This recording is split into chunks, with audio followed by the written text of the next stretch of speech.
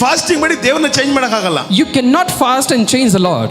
ದೇವರು ನಿನ್ನೆ ಇದ್ದಾಗೆ ಇಂದು ನಾಳೆ ಯಾವಾಗಲೂ ಇರೋ ತರನೇ ಇರ್ತಾರೆ. Because our Lord remains same yesterday, today and tomorrow. ಆದ್ರೆ ಫಾಸ್ಟಿಂಗ್ ಅಲ್ಲಿ ನಾನ್ ಚೇಂಜ್ ಆಗ್ತೀನಿ, ನೀನ್ change ಆಗ್ತೀಯ. But in fasting, it is me who gonna change. It is you who will be changed. It will be right. ಒಪ್ಪಿಂದನೇ ಬಾಯಿ ಏನೇನೋ ಮಾತಾಡೋದು. Because of the fat, your mouth will talk whatever it wants. ಎಲ್ಲ loose tax.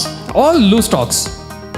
ಯಾಕಂದ್ರೆ ನಾವು loose tax ಮಾತಾಡಿ ಮತ್ತೆ ನಾವು loose ಆಗ್ಬಿಟ್ಟಿದ್ದೀವಿ. Because we spoke so many loose talks and we will become in the same state. ನೀವು loose ಆಗಿರೋದಾಗ ದೇವರು ಕರೆದಿಲ್ಲ. God did not call you to be loose. ನಿಮ್ಮನ್ನು ಆಳುವವರಾಗಿ ದೇವರು ಕರೆದಿರಬಹುದು. God called you to be a ruler. ನೀನು king ಎಂಬುದಾಗಿ ದೇವರು ಹೇಳಿದ್ದಾನೆ. God called you as a king.